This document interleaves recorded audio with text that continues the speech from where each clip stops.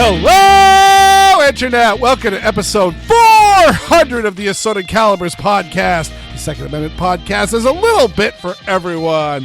I'm Weer'd, and tonight I'm joined by the greatest hostess in the entire universe, Aaron Paulette. How are you doing, Aaron? Well, hello. Oh, there we go. I was wondering where you were going to go with that. I did that to David as well. And I'm actually just joined by Oddball. We are all sorts of stuff is going on. I told Oddball just before we started, we could either just call it a week and just say like it just wasn't in the cards, or we could bang out a show. So I don't know how great this show is going to be, and all that. Erin is currently out. Her mom is not feeling well. Hopefully it's not anything too serious. They don't think it's anything super duper serious, but it's also not anything not serious. So they're Aaron had to bail at the last minute. Actually, Aaron's typing to me right now, so I'm slightly distracted. But yeah, and then David has house guests coming through. Obviously, we had planned. There was a whole bunch of stuff going on this week for other people, and then the early bird crowd did the early bird crowd thing and bailed. So it's just me and Oddball. So how you doing, Oddball? I am doing pretty well. Got back from LibertyCon Sunday night. Had a great time there as per usual. And that is one of the conventions that there is a unofficial con trip to the gun range. So went and did that and finally got to shoot the Jimenez 380 that I bought for Mad Mike last fall, I think. Now, that's pretty much the same size as the 25. It's just in 380. Correct. And as I informed him, and again, this is coming from me and my collection, that is a deeply unpleasant pistol to shoot. I mean, it also depending on how old it is and how much stuff has gone through. It also could be like blowback guns like that. The moment the recoil spring starts getting worn, and a 380 blowback pop metal gun, it's gonna wear faster than a PPK. He sold it to me with the box, and it looks damn near unfired. So, God, I don't know how I feel about that. Like, I mean, it's one of those, like, you know, your Jimenez, your Ravens, your Lorsons. I mean, we talked about it last week with that little mini documentary on the Ring of Fire guns. They're really just meant to be in tackle boxes. Yeah, and so there was that. Also, friend of the show with common name was there and got to compare my Bursa. It's not called a 2011, but it's a 2011. And to his Staccato, and he's a little upset because he can't tell much of a difference between the two. So which also meant that I got to witness Mad Mike telling his wife that Oddball had actually bought a gun that didn't suck, at which point his wife turned and looked at me with alarm and asked me if I was okay and if I needed therapy, because, well, she knows my predilection for trash panda guns. But I mean, I'm in the same camp where it's one of those, like, look, I'm going to be, you know, skin flinty and all that. And of course, also there's just the absolute I love odd things, and so Trash Panda guns are always interesting. Plus, also, there's something to be said about the boring reliability for a Glock. I pull the trigger and a bullet comes out every single time. Boring. Yeah, and I think sorry if I suddenly cut out, it's because I've got a kitten behind my computer playing with cables. But I think I've explained in the past, and I realized I'd never really told him, was the fact that, no, I also own good firearms. I have that Langdon Tactical bred in 92 on my waist at the moment. But showing up to a shoot with another Glock or another AR is okay, cool. They're good guns, but everybody there, if they're gun people, either own one themselves or have definitely shot one. Yeah. Versus I can get some really strange and unusual guns for cheap. Which, are they good guns? No, they're not. But they are amusing. I mean, you kept your Altor running the whole time. Oh yeah, because everyone just wants to stick their finger in the mousetrap. Yeah, they are awful to shoot, but you gotta try it one more time. And similarly, I had a bunch of people who really wanted to try the Keltec PR3AT. The new Keltec that uses stripper clips. Yeah, you shot that at Oleg's before, but so how does it run overall? What's your impression of that? It's about the same as other guns that are other light guns, the little itty bitty double stack pocket pistols. Where would I want to spend all day at the range shooting it? No, but shooting it enough to get some practice in, and I wouldn't have and not have any concerns pulling it out and shooting it if I actually needed to. Yeah, it works pretty well for that. And of course, 14 rounds of 380 in my pocket ready to go is nothing to sneer at. I mean, that's really the cool thing about it, is it's one of those, it's a deep concealment, extra light carry gun, but you're not really doing too bad. It's kind of like, my primary carry is a 1911, which is 8+1 rounds of 45, but my light carry gun is a P365 that's got 10+1 rounds of 9mm. Which one's better? Right. And with the with the non-removable magazine in it, I will always cite John Correa saying, look, he's watched thousands of civilian defensive shootings at this point, and he really hasn't ever seen anyone do a magazine swap where it actually made a difference in the fight for civilian defensive shooting. And he's covered a lot of people shooting with single stacks and revolvers. So that's right. also saying like, oh, you've only got 5, 6, 7, maybe 8 rounds. Right. So the capacity, so that really isn't an issue. Plus there's the bit of, because there is no magazine release button, I don't have to worry about having accidentally pressed it in my pocket or whatnot, and oh hey, my magazine is sitting on the driver's seat of my car, which I have had happen with some other pistols, and I was carrying around a single shot pistol and didn't know it. So yeah. So how was your weekend, Weer'd? My weekend was busy, and I will say I'm making the official announcement on all the platforms. I believe this will probably beat Handgun Radio coming out, where I also said the same thing. But I've been making a lot of trips back and forth to Maine because my wife and I, and my daughter as well, we're looking at property.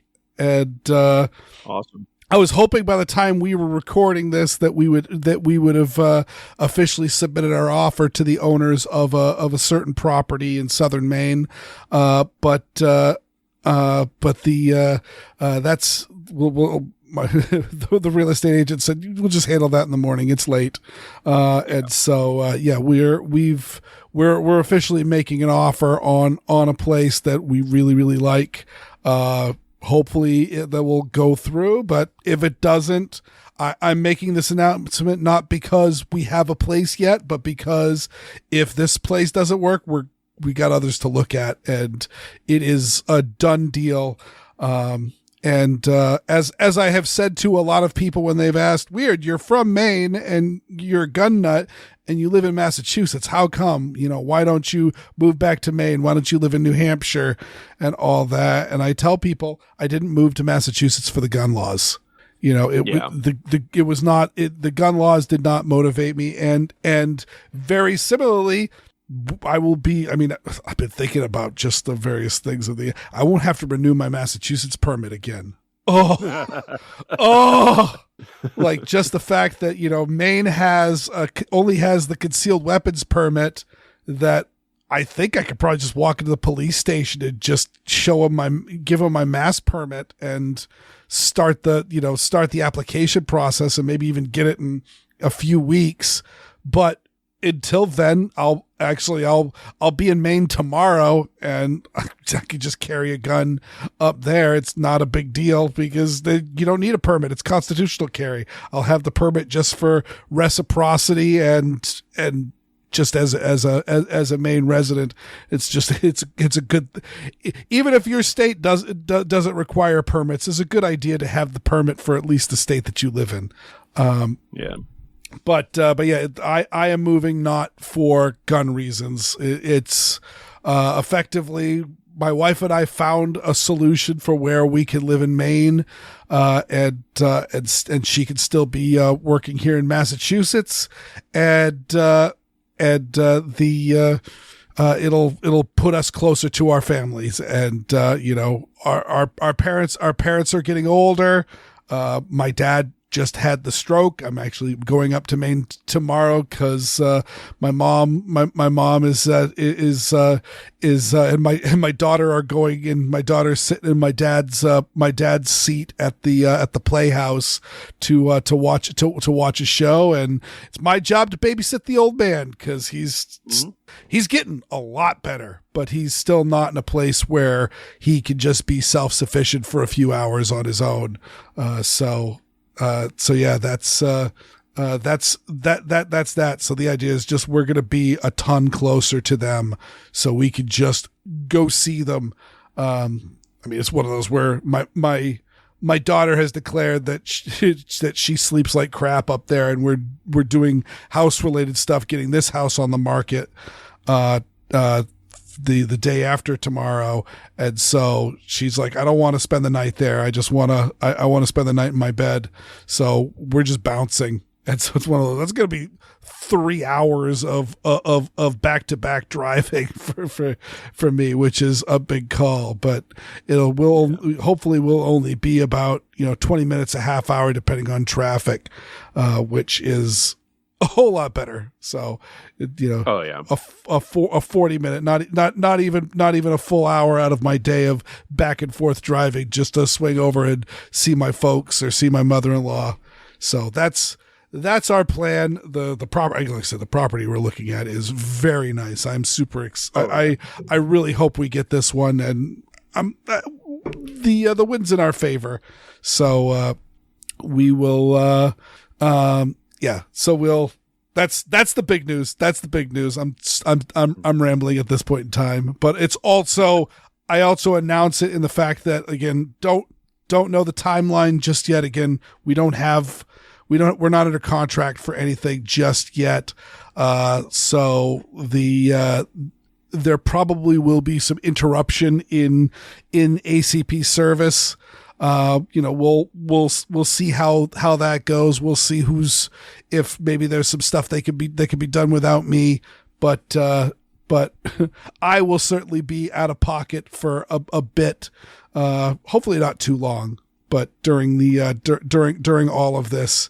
And so just as I will give you as much warning as I can as it comes up, but just letting folks know that if there's a little bit of interruption in service, it's not because of anything catastrophic. It's just because I don't have internet or I'm not near a microphone.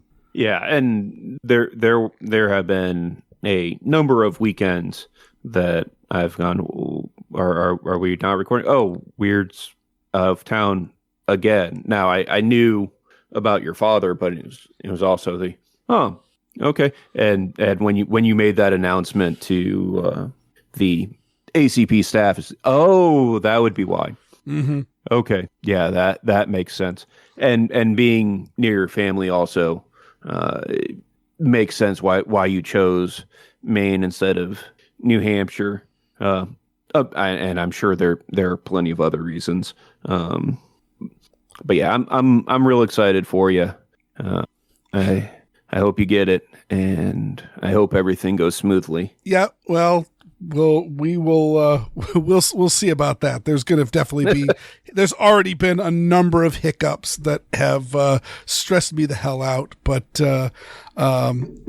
it's, and as I was telling my wife, like, moving always sucks. It always sucks. Yeah. Nobody has ever had a good time at moving. Actually, my wife's cousin, they moved up the street from their house. Somebody put a house on the market. It was a little bit nicer than the one that they had. And it was literally, I think it might even been on the same street. It was definitely within like a short walk.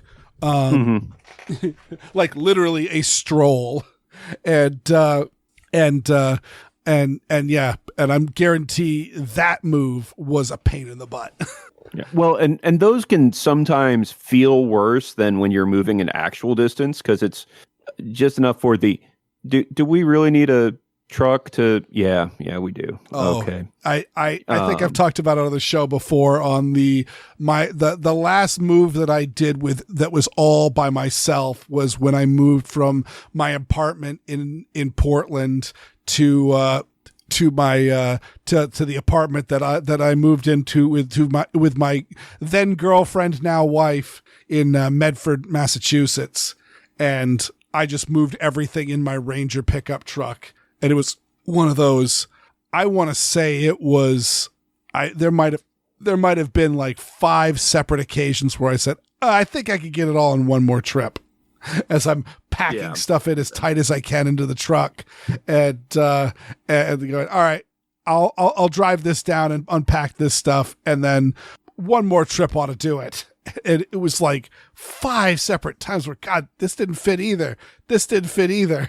And so, well, and one thing I would recommend, what we did when we moved here, which made things so much easier, assuming you've got a good spot for it where you are now, is for all the small stuff, rent a pod, and they come in, drop the container off, and you load it up at your leisure, and then call them up and say, hey, yep, time to move it. And they move it to the new spot, and you unload it at your leisure, and then call them up and tell them it's time to take the container away. Yeah, we'll see. I think my wife is going on. I don't know if we're going to go. We've always done the rent a truck of appropriate size and then hire just the movers. So they show up in their cars, you point to where the stuff is, and they put all the stuff into the truck, and that's all they do. So they're just amazingly strong. So they can move these heavy items with just ballerina-like grace. And then when the truck is fully loaded, shut everything up, and then we tell them where the new place is and drive. And when we get there, we get there, then open up the truck, show them where all the stuff goes, and they unload the truck. Yeah. But we may end up going the slightly more expensive route, which is just all right, guys, here's what we need to move. Here's where it needs to, here's where it needs to go. Tell us when it's done. We'll give you money. Yeah. And and yeah, and we still did that for like the furniture, where it's like, but that does mean that you don't have to get nearly as big of a truck, because all your small stuff that adds up quick space wise, and also they're not spending nearly as much time carrying your stuff around, mm-hmm. and they're just moving the stuff that you're going, yeah, I really don't feel like the wife and I moving this sofa around it, or what have you. Yep. But yeah, that's gonna be my entire existence for the next several months. Yeah, and anybody that's moved into it, especially bought a house and moved into it, it's an exciting time, but also it's hectic. Well, I would, yeah. So far everything's going so good, and I will keep everybody posted. But well, at least where it's appropriate. But let's move into news, and we'll see what we got. So yeah. First up, Oddball was like, "Wait, is this last week's notes?" And no, it's not. It is just we talked last week about the Montreal shooter. Pretty much all the information has come out about this guy. I'm not going to get into his reasons and manifestos. It was politically motivated. It seems like this guy was trying to make a scene for his political ideology du jour. But the big factor that David and I were going back and forth about last time was, and I think he had seen an angle that I had seen, and I saw it as soon as we were done the show. Somebody else was posting videos of it, and saw the video that I think David was talking about. But we saw the one police officer got shot, and seems to be trying to crawl under the car for cover, and then stops moving, and he of course passed away. And then a man comes around essentially the column that the female police officer is taking cover on as she's seeing her partner bleed out, and he kind of pokes his head up over the cover, and then you hear a gunshot and he falls. And the discussion was, did the female officer get startled and shoot him, or did the was the gunman who was coming from that direction end up seeing him and shoot him? And it does appear that it was a friendly fire. The female officer shot him, and she then fled the cover, and it appears that actually she got shot, essentially getting away from the gunman. And so it was a terrible shooting. I've heard a bunch of people doing some Monday morning quarterbacking on how that went down. I don't think you could train away the instinct to shoot somebody who appears to suddenly have the jump on you during a firefight. Yeah, and to further that, I've heard folks, I've heard military veterans say, look, the military drills this sort of stuff a heck of a lot more than any police department, and it still happens in a war zone or whatnot, where friendly fire happens. It sucks. Mm-hmm. I've heard people attack her because, this is proof that women shouldn't be police officers, yada yada yada. And I don't think that that's the case at all. This is a tragic thing that can always happen in a shooting situation. Mm-hmm. You have where you're in a situation where a split second can mean you're alive or you're dead. Mistakes can happen, and they will, and it sucks. Yep. And also, again, Canada, technically not a mass shooting, but definitely a armed murderous response with a firearm, and It's one of those things of the gun control. Another example of gun control not working. Yeah. And unfortunately, we have another example from, believe this was from yesterday. Okay. In Germany.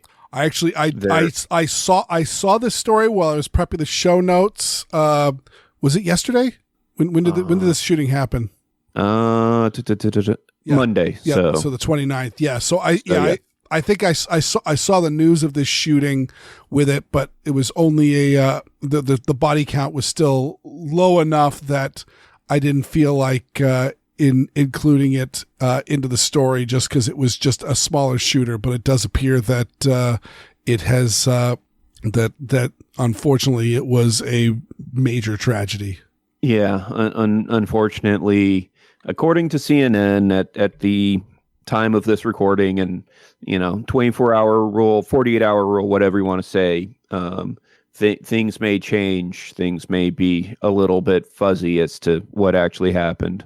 But unfortunately, 4 women and 2 men were killed in a shooting at a youth welfare facility, which it is especially at a facility that is for kids. That's always rough. And yeah, 5 people died at the scene while the 6th person succumbed to injuries at hospital. And all of them were adults, which I don't want to say it's good that they were adults because they're still dead, innocent people. But, and with this story, there is a little bit of weirdness with this in that, they've, arrested the alleged shooter, who, I'll say it since CNN said it, 45-year-old male Turkish citizen for whatever that's worth.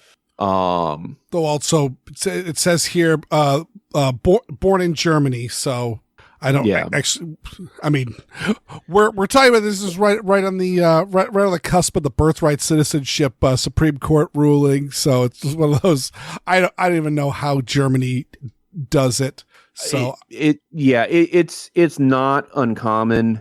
Like I know France has it where they very much do not have birthright citizenship, which ends up, which means that at least with France, I have no idea about Germany, but at least with France, they actually do have a problem where they've got a decent sized group of people that live in France, were born in France, have lived all their lives in France. Their parents may have been born in France and lived all their lives in France, but aren't French citizens. Mm-hmm. And there's a decent amount of friction just from that over the, well, yes, this is where I belong because this is where I've lived all my life, and yet. Yep. But that's getting into politics, which. But yeah. At the time being, there may turn out to be some motivation that is centered around ethnicity, religion, or something like that, but we don't know that at the time. But the weirdness that I was referring to is the fact that apparently the suspect's 34-year-old wife and their daughter were present at time of the shooting. They were on the scene. And so my first thought was, oh, did the wife and daughter, or did the wife work at this facility and the daughter was there, say, in a daycare facility? But no, she's currently being questioned, and it also says a 65-year-old woman who the police said was a getaway driver was with ties to the family was also involved and was taken into custody.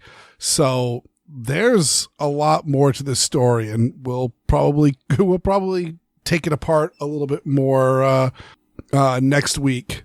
Yeah. But of course I did include it in here because, again, we're constantly told that, oh, mass shootings are purely something that happens in the U.S. and no other country has to deal with such things. And we just covered two that made international news in the past week that weren't in the U.S.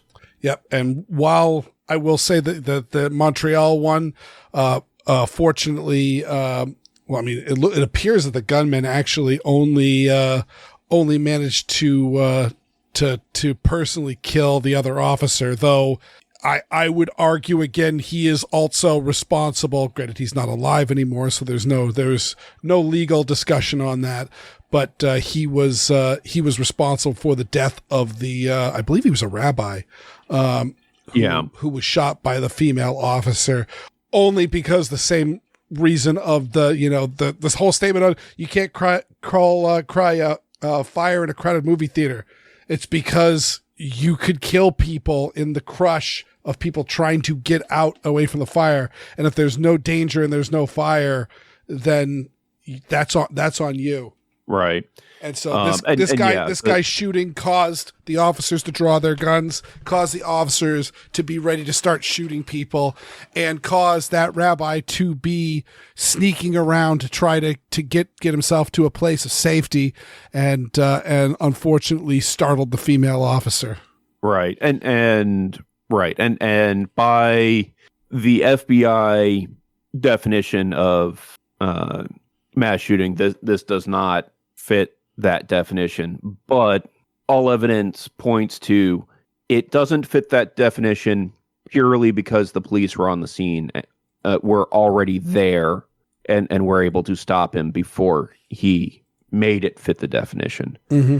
I mean, that's also the big statement, is that, again, rapid police response and or armed citizen response is key to survivability. And so many of the worst shootings in the United States have involved essentially delay between when the shooting starts and when medical teams can get in.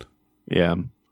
So I'm gonna swap the next two just so I think it fits with a little bit of good news, which is as I was driving home today, I was listening to NPR because I'm that kind of masochist.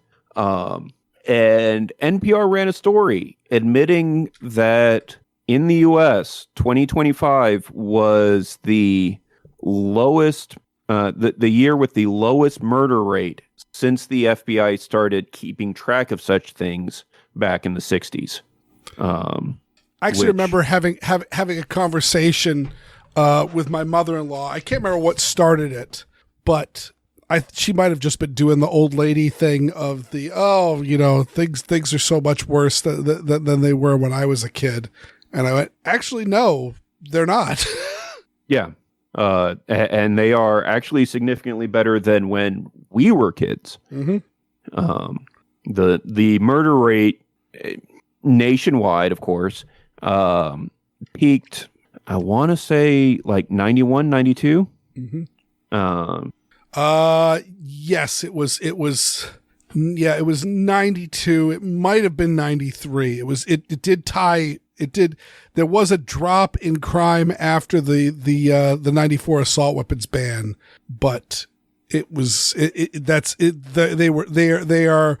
were not causal, because when the assault weapons ban was repealed, the rate continued to drop at a similar rate. Now you know what has remarkably lines up remarkably well with that timeline. What's that? First person shooters.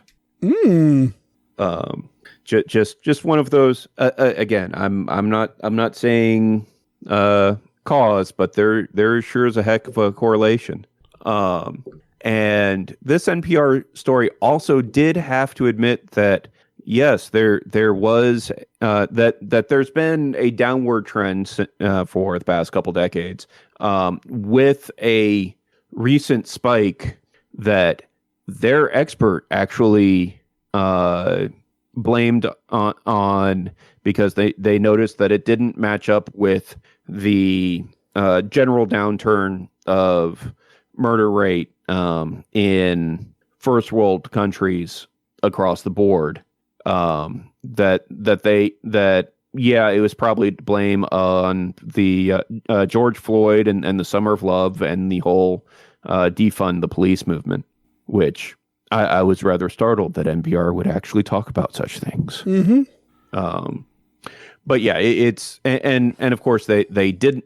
They talked about, well, there's still a ton of guns on the street, etc. They didn't really talk about the fact that for the most part, gun laws have been getting less restrictive across the board across the country, and we haven't seen we continue to see a decline in murder rate. Again, not saying causation, but there's definitely the correlation. Yeah, I would say overall the trend line has been that gun control is going away, though I will note that the blue states that had gun control have gotten a lot worse. And again, as someone who tries to keep a nonpartisan Second Amendment podcast, and someone who really routinely points out that the Second Amendment is for everybody and the Second Amendment is a nonpartisan issue, the Democrat Party does not seem to listen to me. And there used to be blue states like Washington, Oregon, Vermont that were actually, fairly deep blue states, were consistently, run by Democrats and really, really good on guns. And that has gone away. New Mexico's, I always forget about it because Arizona tends to be a swing state and is right next door, and Texas says hold my beer, Shinerbach, of course, and but New Mexico has been pushing a lot of gun control as well. So yeah, but overall, every other state has been rolling back gun control laws, and including the blue states, not because they want to, but because the courts are making them. Yeah. Now you posted this story about or the link to the NFA numbers. Yes, yeah, that was actually David sent me. It was I forget which gun rights group, but one of the gun rights group was actually pointing out like how many suppressors have come onto market since the tax stamp has been reduced to $0. And I really just I wanted to go dive into like the deep numbers, and the number here where we're seeing like Form 1, application to make and register a firearm, talking about like the E-form, it's getting 62 days, paper form 33 days, the Form 2, the Form 2 and the Form 3, 1 day or 8 days for E-form versus paper. Odd that the Form 1, the E-form was longer than the paper one, but essentially these wait times are way, way, way down. I think it was like 3 months, 5 or 6 years ago was kind of the standard, unless I'm mistaken. I don't own any NFA items, and neither do you, Oddball. Oh, yeah, but a few years back, I know one guy that has a closet full of NFA items, and it took him over a year to get a response back for getting another suppressor. So at one point it was that ridiculous. But yeah, and I say ridiculous because for the most part, the check that they do on you for NFA items really isn't any different from the instant background check. Mm-hmm. So It's simply, does the background check come back clean? Did the guy fill out the form correctly? Does the check clear? Yep. And now no check. Yeah. Now, one of the things which I believe David talked about a while ago was that the ATF did, and I think it was under the Biden administration that they did this. They did streamline things a good bit by, it apparently was originally, when a form came in, if there were any flags that were thrown, everything stopped until that form was dealt with. While now, form comes in, if there are flags thrown, then it gets pitched into another bucket, and that bucket goes to folks that do the actual investigation on what's going on. While the tier 1 continues running for the folks that have everything that's just yep, this is 100% correct. Next. Go ahead. And just like in the month of May, total number of silencer form 4 applications finalized, 115,055. Just May. Yeah. We are firmly in common use territory. Yeah. And hopefully that will be the case. And there is now a circuit split over whether suppressors specifically count as firearms or not.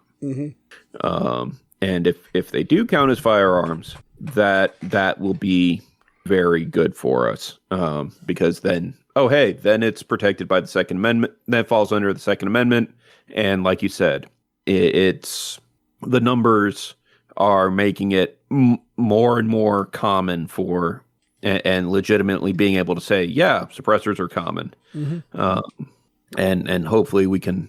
It would be so nice to say, yes, the NFA, even for just one item, yes, this is dead and gone. That would be something that a couple years back I wouldn't dare to dream of.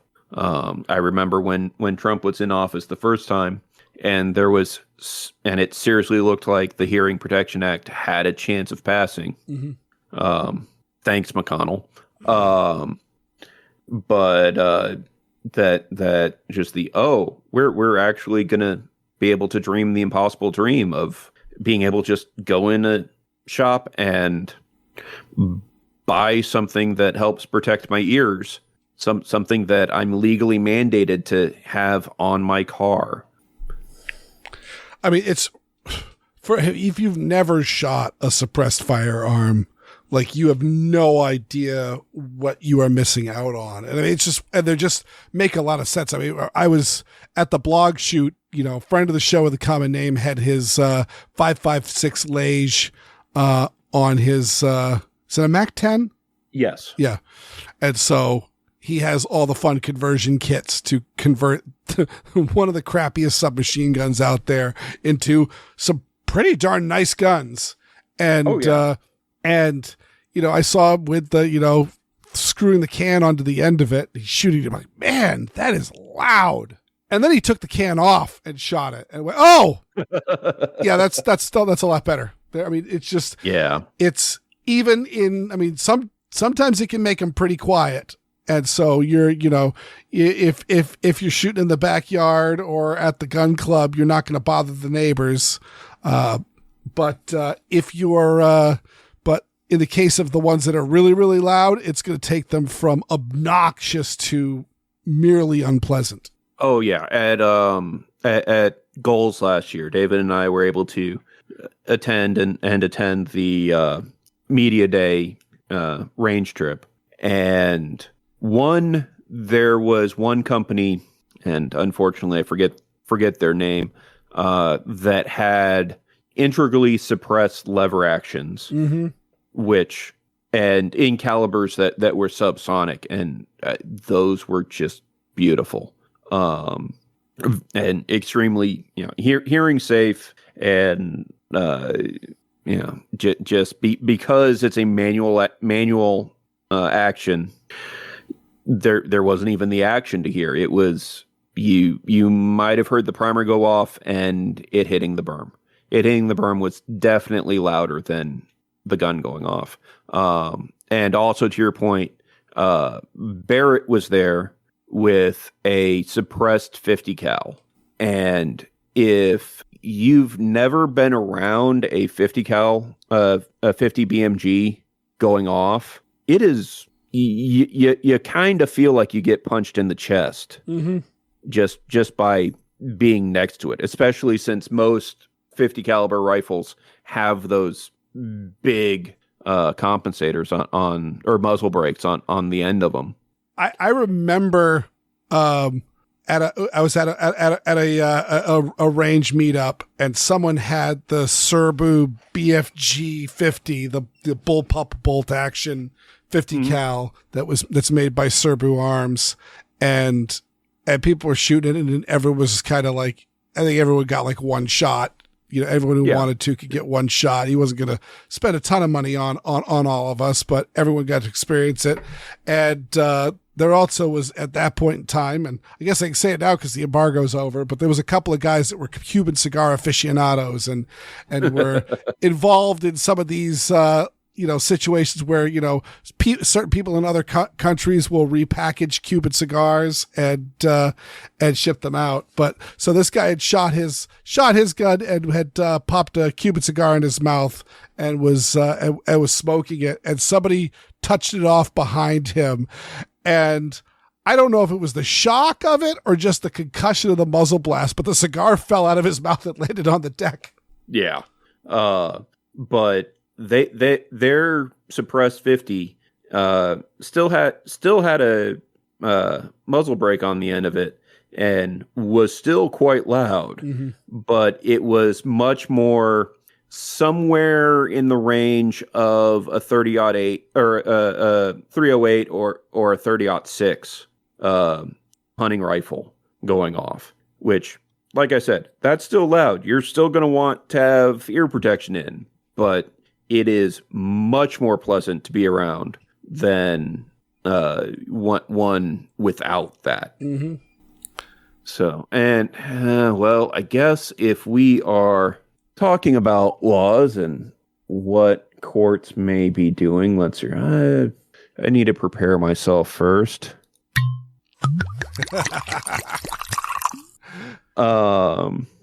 So, SCOTUS. Yep. So I left it in because you're like, you got some, the pre-show, you got some stuff wrong in here. I'm like, nope, got that on purpose. I have an article from Bearing Arms, breaking Supreme. Actually, no, that's the. Let's see. The SCOTUS makes no move on gun magazine bans or age-related cases. It was one of those like, all right, yep. On Monday, we had no. Essentially, it looked like the courts were yet again passing on some various Second Amendment cases, but it turned out this morning that is not the case. Actually, depending on where you were, it may have been this afternoon. Yeah. Because it was it was after 11 my time, so it would have been after noon your time. Okay. And in fact, so much so that William Kirk over at Washington Gun Law, which I will once again say, if you are listening to us and you're not also following his YouTube channel, you're doing it wrong, and you need to fix that.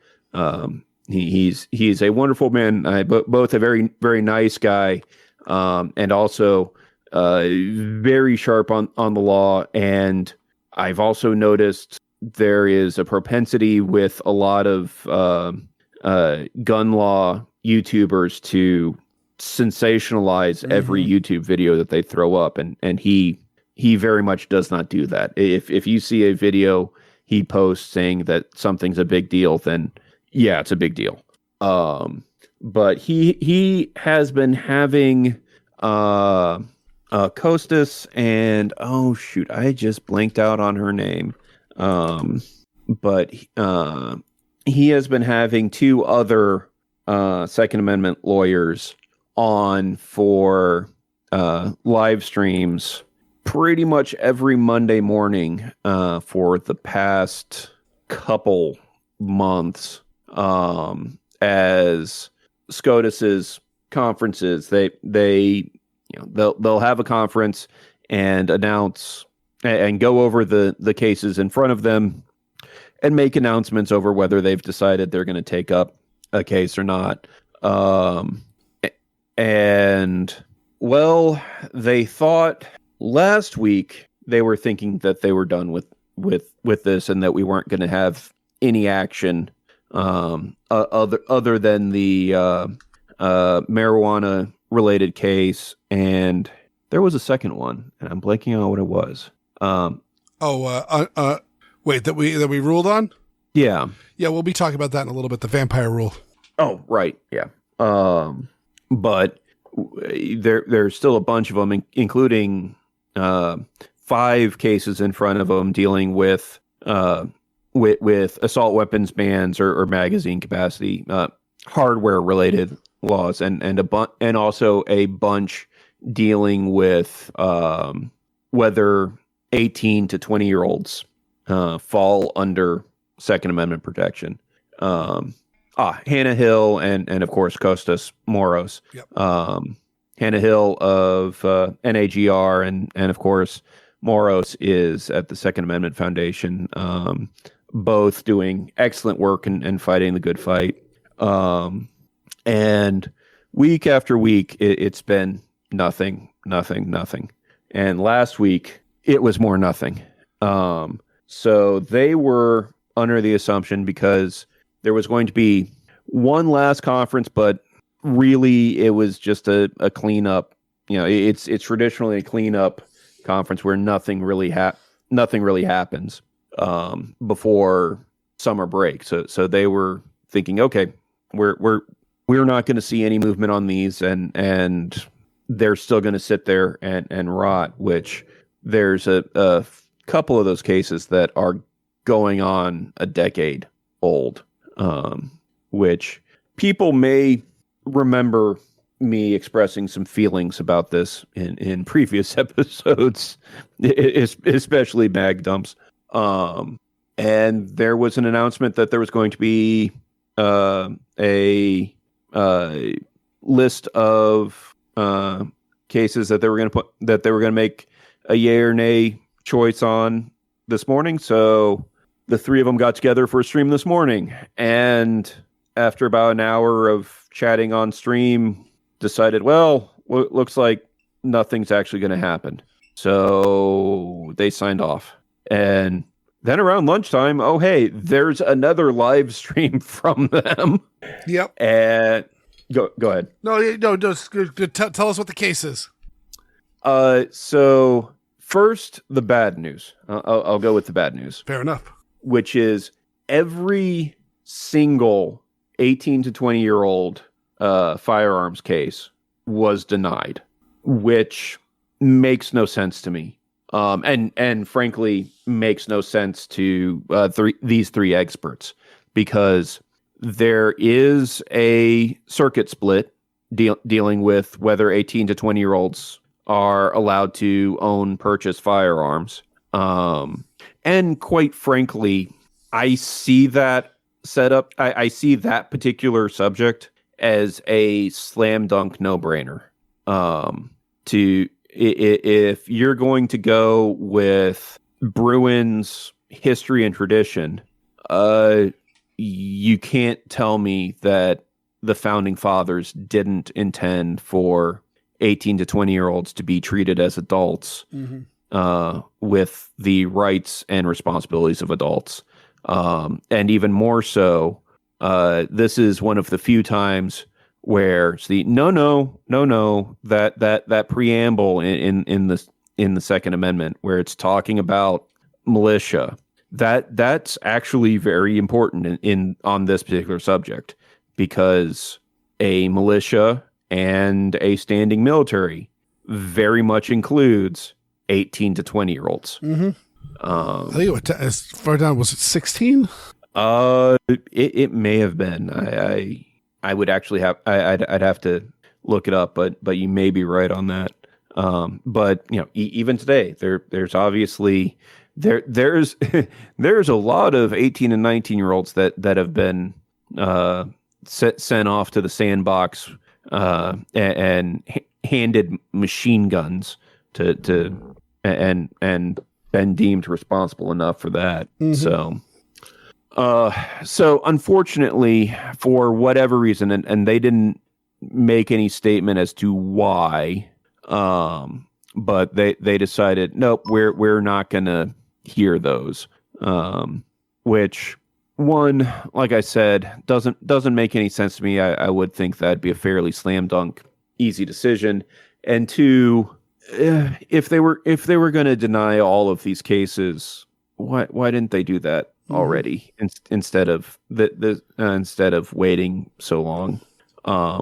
Now, that said, there were two cases that were combined and have been granted certiorari and will be heard by the court probably in the fall, which is Vermontes versus Cook County and Grant v. Higgins, which both have to do specifically with assault weapons bans, and more specifically with banning of the AR-15.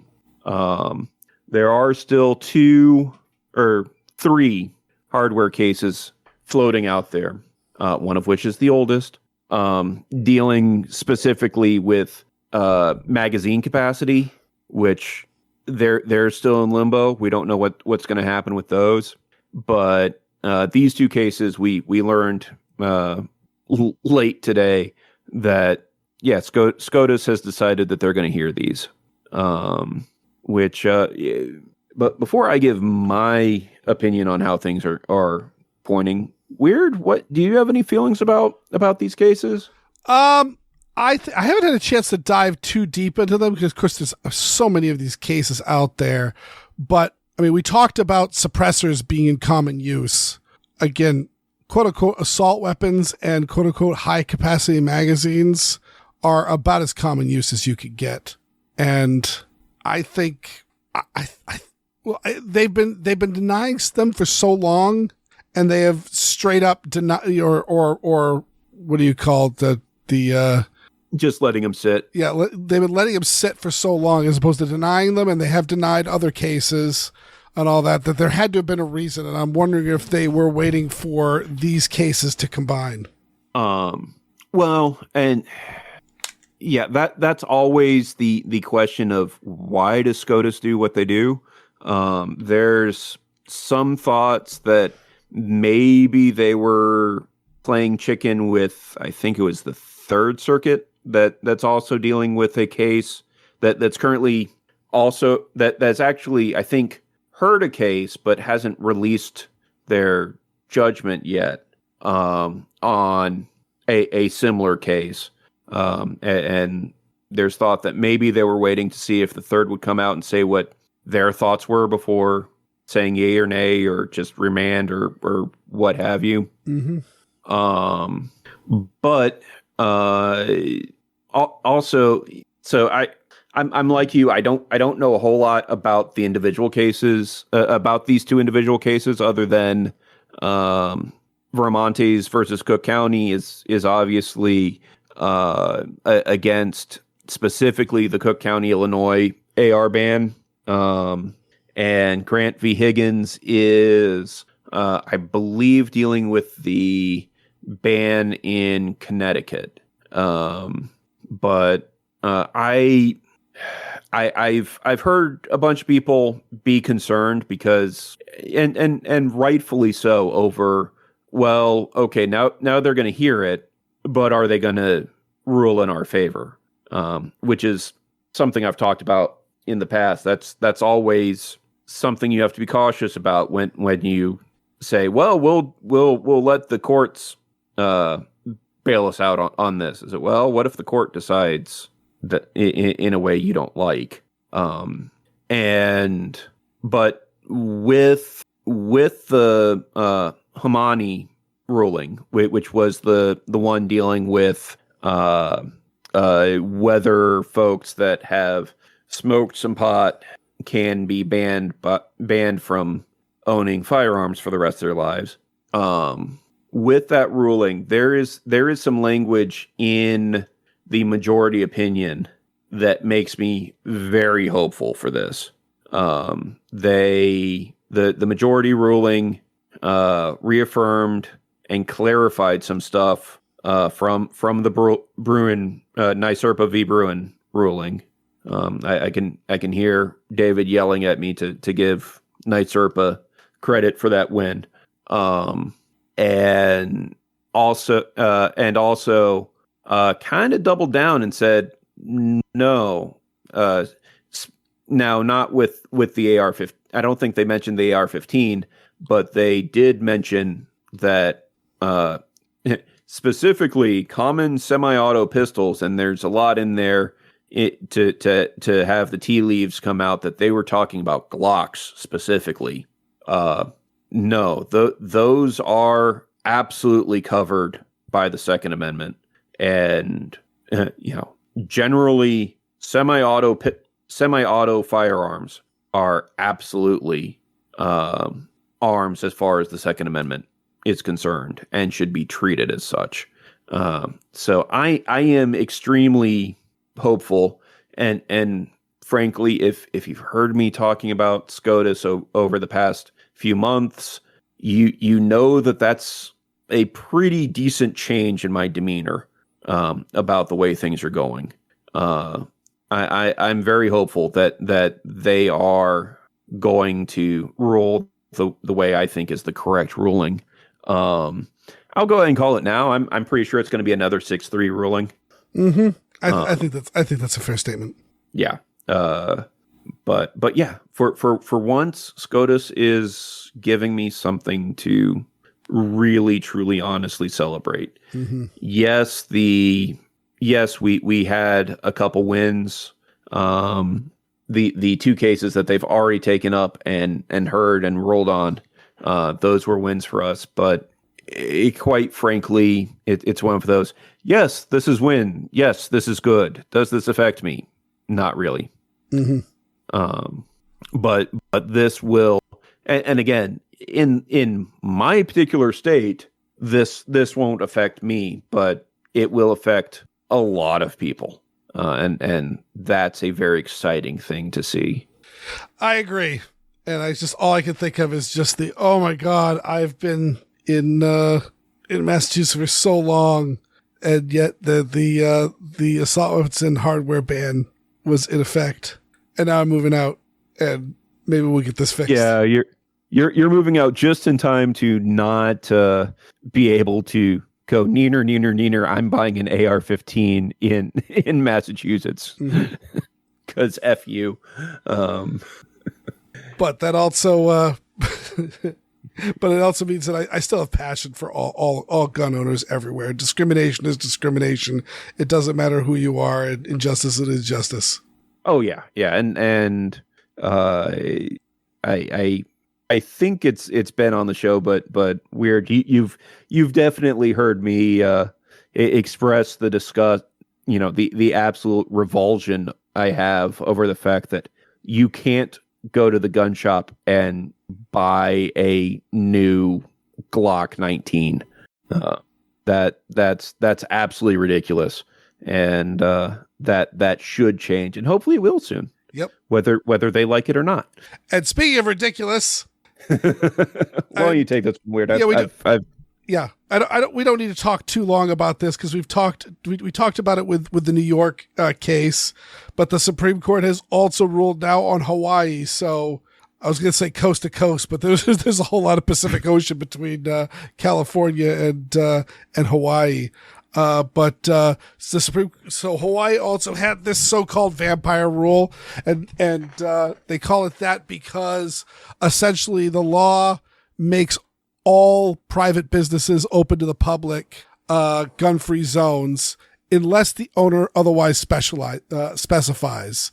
And it's a clever trick as far as how to get under us gun nut skin is, and they're thinking outside the box, but it's pretty crappy, and it looks like it is destined for the dustbin, because now there's two court now from both sides. The same court has ruled that Hawaii's vampire rule is unconstitutional because it's just a blanket ban on all on everything.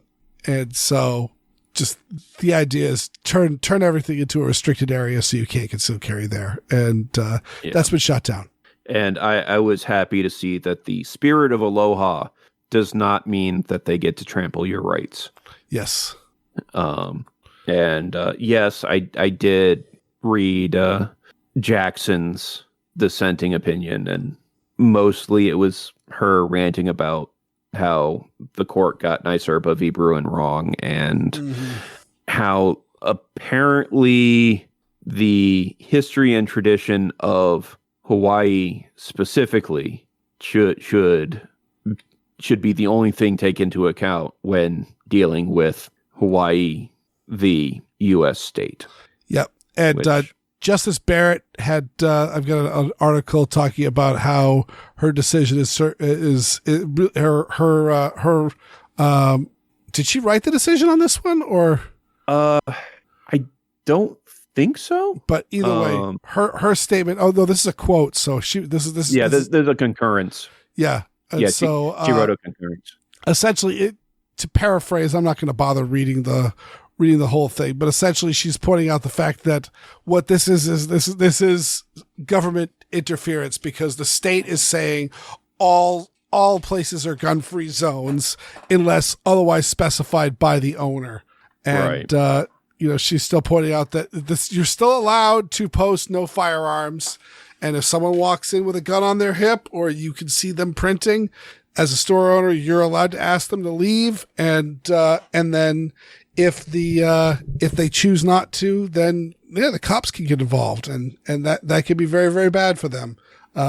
So for us gun people who may carry in a place that we know doesn't like our guns, but can't do anything about it, they can. If they tell you to leave, say, I'm sorry, and then leave. Yeah. Or if you're, I am in a state where those no gun signs carry weight of law, so they can go ahead and slap you immediately with something other than just, we told you to leave and you didn't, so you're getting trespassed. And that is something that touches on something that really irritates the heck out of me, and it's related to something that you've talked about, Weer'd, a lot with the stand your ground laws.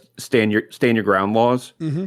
I have seen a lot of media report this as SCOTUS declaring that private property owners can't bar guns on their property at all. Mm-hmm.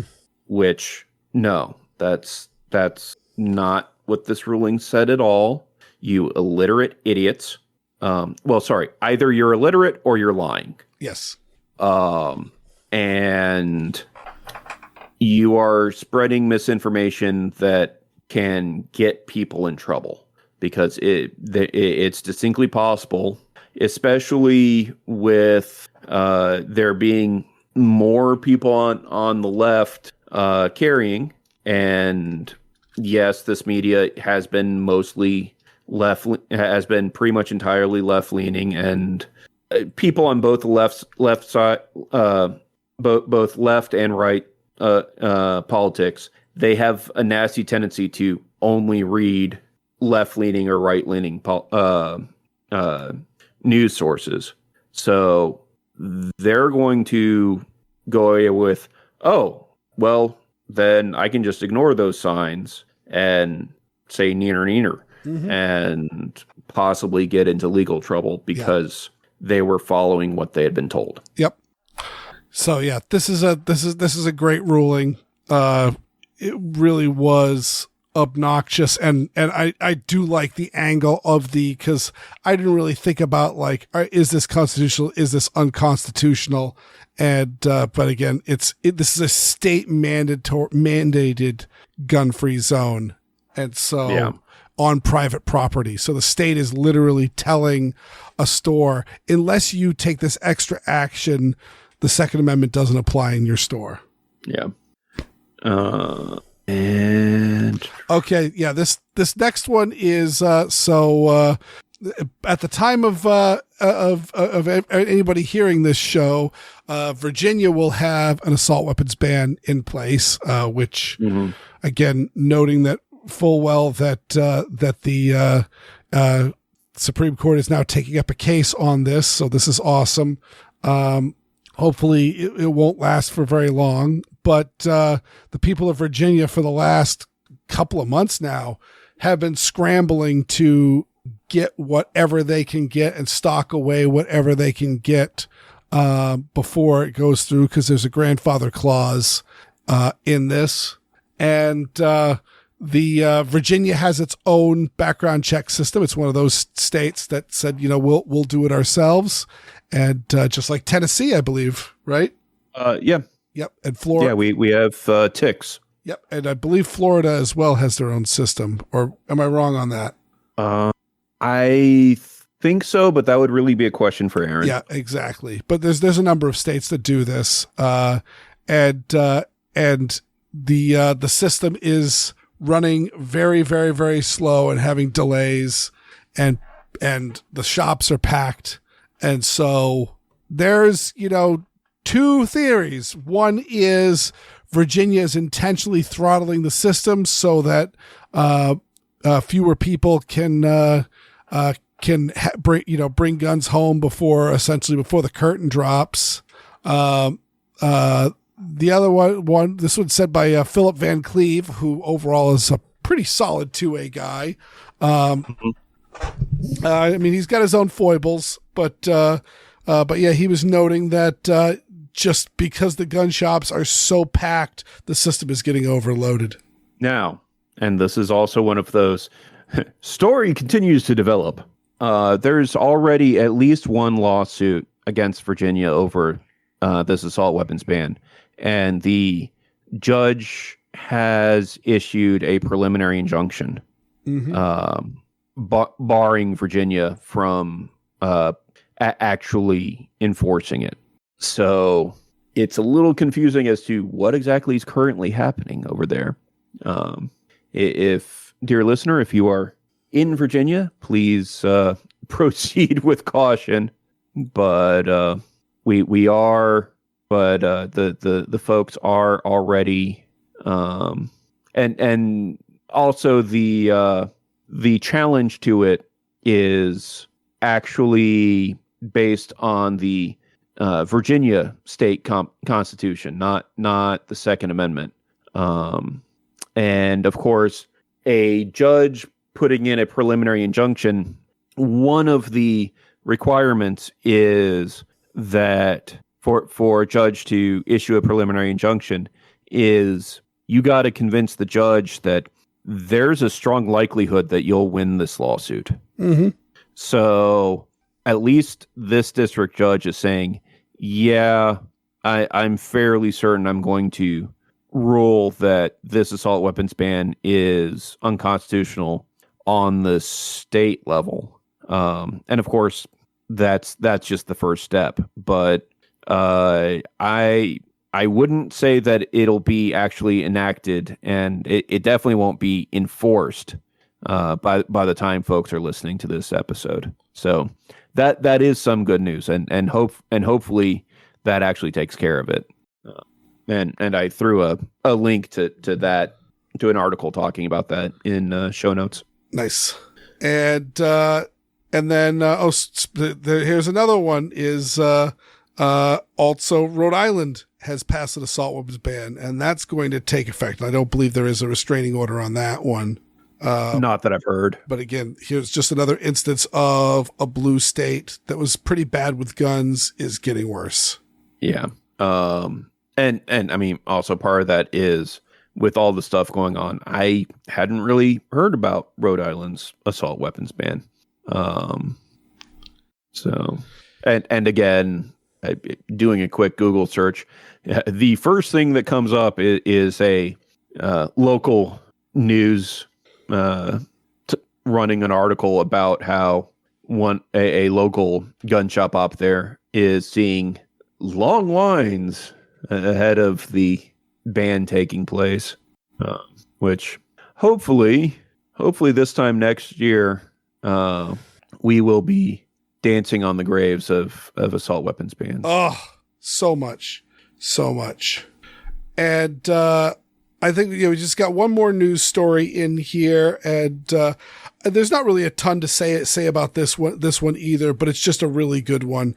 Is that so? We've talked extensively about the death, I would argue, murder of Brian Malinowski in Arkansas, and the federal government is being sued for his wrongful death. And the federal government has said was pushing to get the case dismissed, and the judge in this case has ruled that this can move forward. That their grounds for dismissal were not valid, and so there's not really much out to say. Is just that it continues to move forward. And hopefully there will be some justice for his family, and maybe even some good policy that shakes out so that such horrible policing tactics are never used again. Yeah. It would be nice, and of course, I haven't really been following this case, but I'm assuming that the state was trying to hide behind oh crap, I just blanked out on the term. Qualified immunity. Thank you. But yeah, there's been enough of situations where federal or lower law enforcement has just completely screwed the pooch and just gone, yep, nope, we face no consequences. We investigated ourselves and found we did nothing wrong. Yeah, up to and including saying, well, if that baby didn't want to get hit with a flashbang, maybe it shouldn't have been in the house. I've forgotten about that story. Oddball's not making that up. I apologize for reminding you of that one. Yeah. Yeah, and sadly, I'm not making that up. I really wish I was. Mm-hmm. I don't even have a clever segue for it, so I'm just going to dive straight into the outro. Thanks to each and every one of our listeners, and a very special thanks to all our supporters on Patreon. To go to Patreon, go to patreon.com/Assorted Podcast to sign up. Patrons get an early release of the podcast, plus bonus content like our hilarious blooper reels, the ACB film tracks, and the ACB mag dump.